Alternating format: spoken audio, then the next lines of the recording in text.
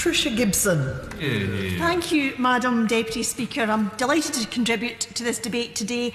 And it deals with a whole range of issues, but I want to focus on pensions.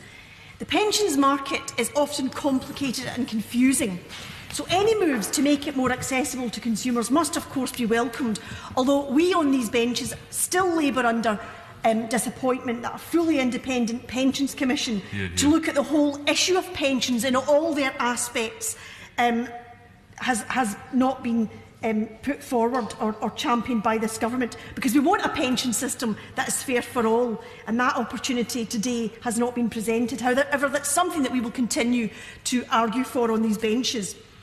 We know that there's a challenge in addressing consumer confidence with regards to pensions. Too many people feel that the whole issue of pensions, important as they are, is overly complicated, and this can only create inertia and inaction. However, that inertia and inaction can have a profound effect on pension outcomes, as decisions that consumers make can have serious financial consequences for their future.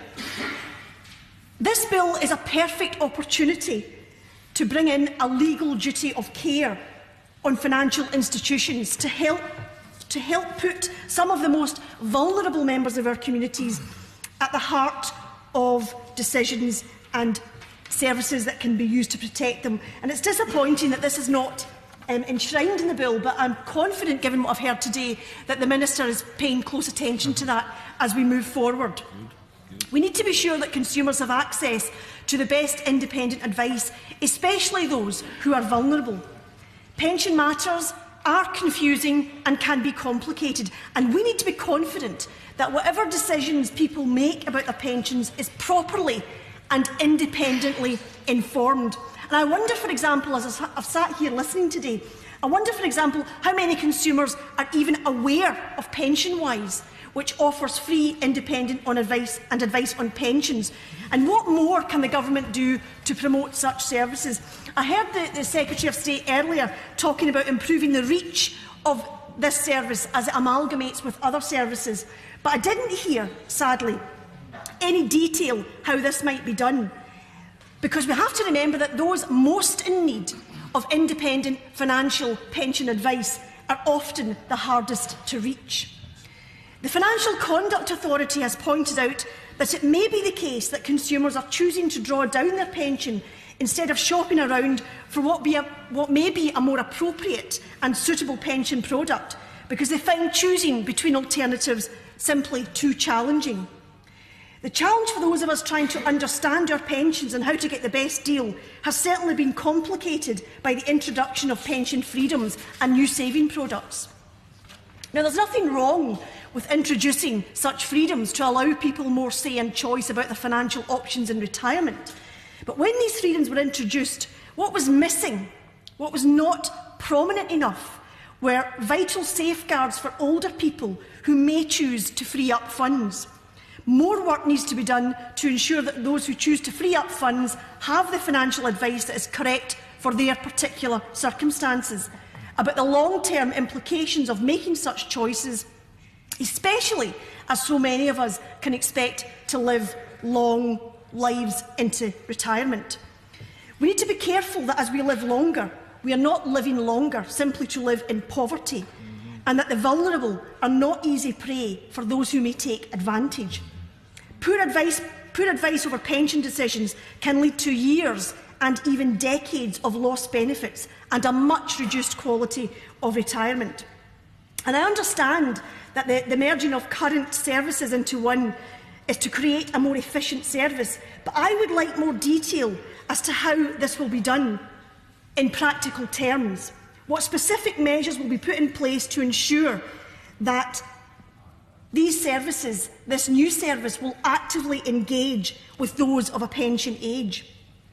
Research has been done on this very issue in Australia, which shows that a substantial minority of people consume their pension pots very quickly, with around 25% of people exhausting their pension pots by the age of 70, and 40% of people doing so by the age of 75, and that really should give us pause for thought. Accessing pension pots early has become, as we've heard earlier in the debate, the new normal. But the Financial Conduct Authority has expressed alarm that many who access their pensions early don't access independent, impartial advice. Indeed, only around 20% of those who accessed their pension pots in the third quarter of 2016 had a penny-wise appointment, a pension-wise appointment, either by telephone or face-to-face. So, as for the other 80% who accessed their pension pots, one has to wonder what advice they accessed, if any, and are they getting the best advice as they make this important decision? Are they vulnerable consumers? And how best can their interests be protected? We all remember, I'm sure the Minister remembers, the fallout from consumers taking out endowment mortgages because the advice they were given was not always the most sound or the most robust. What we don't want to be doing is in 10 years' time looking back at debates like today and saying the same thing about those who access their pension pots early. If we don't address the complexity and confusion around pension information and the difficulty of reaching some of the most vulnerable consumers who are perhaps arguably the most in need of robust, independent advice, we shall only see younger generations feeling alienated from the whole concept of long-term saving for their retirement. We welcome that Clause 2 includes a recognition to bear in mind the needs of those in vulnerable circumstances, but I cannot impress on the Minister strongly enough. We need more detail of how this will work in practice and what statutory weight it will be given. Much more detail is needed as to how free independent pension advice can extend its reach, and I look forward to hearing from the Minister on that. This bill does seek to address the need to protect vulnerable consumers, but more robust measures are needed. We know that scam calls are a huge issue in our communities, with 10.9 million consumers receiving unsolicited contact about their pension since April 2015. But if Madam Deputy Speaker will indulge me for a moment, and indeed the Minister will indulge me for a moment, I continue to wait for the UK Government to deliver on its own promise to deliver the legislation in my 10-minute rule bill on unsolicited marketing calls. Despite initial enthusiastic support, the dates mooted for bringing this in, April 2017 and October 2017, have passed without incident or explanation from the Government, despite my best efforts to solicit some kind of response via umpteen written questions on the floor of the House, even a point of order, I think about half a dozen letters to the relevant Secretary of State, and all sorts of ingenious ways to try and elicit a response. Clearly, support for that bill seems to have waned somewhat, and that is a real cause for concern, especially, again, since today I've heard from the Government's own benches warm support for measures in this area. The new plan to bring forward plans to tackle cold calls must focus, and I would impress this on the Minister, it must focus on director-level responsibility if any measures put forward are to have the strength required to deal with this blight on consumers. And it ought not just to be about pensions, although this is a very important area. All consumers in all industries, in all sectors, must be protected. And I'm keen to hear if this will be the case. And I realise that all areas are not in the scope of this bill, and it's not necessarily the Minister's decision, but I know that he will take this back with great enthusiasm to his colleagues. I am becoming increasingly impatient with delays on this, as are my constituents and people across the UK. Indeed, I suspect across this House. So when I hear on this bill that action on unsolicited marketing will be taken in early 2018, perhaps the Minister, if he's being kind to me, will understand my scepticism about yet another deadline and what this action will be. Will it have any measures as regards pensions about director-level responsibility? Perhaps when the Minister addresses the House in his closing, he can perhaps take that point on board, because if not, why not? If we are banning cold calling to protect people's pensions, that in itself is an admission that cold calling is a problem. If it's a problem with pensions, then it's a problem for all consumers in all areas. There is a need to protect people and cold calling causes fundamental problems.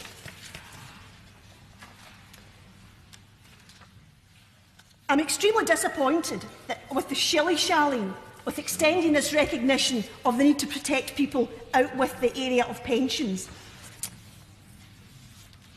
And director-level responsibility is, of course, something which the UK Government committed to, and even went as far as to put it on its website for well over a year. So it is a bit curious that it has gone suspiciously quiet on that particular matter, despite, as I say, Madam Chair, my best efforts to use every means available to me in this House to solicit some kind of response on this matter. So I would say to the Minister, for those consumers who wish to access their pensions early and to do so based on sound advice, we need to make sure they're making the correct decisions, and for those that do, good luck to them.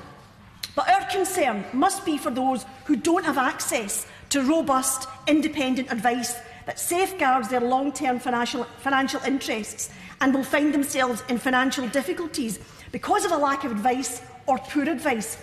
And I would like the Minister to put some flesh on the bones as to how the reach of such advice will be extended, particularly to our vulnerable consumers. And I would remind the Minister, in the United Kingdom currently, there is thought to be around 800,000 people living with dementia.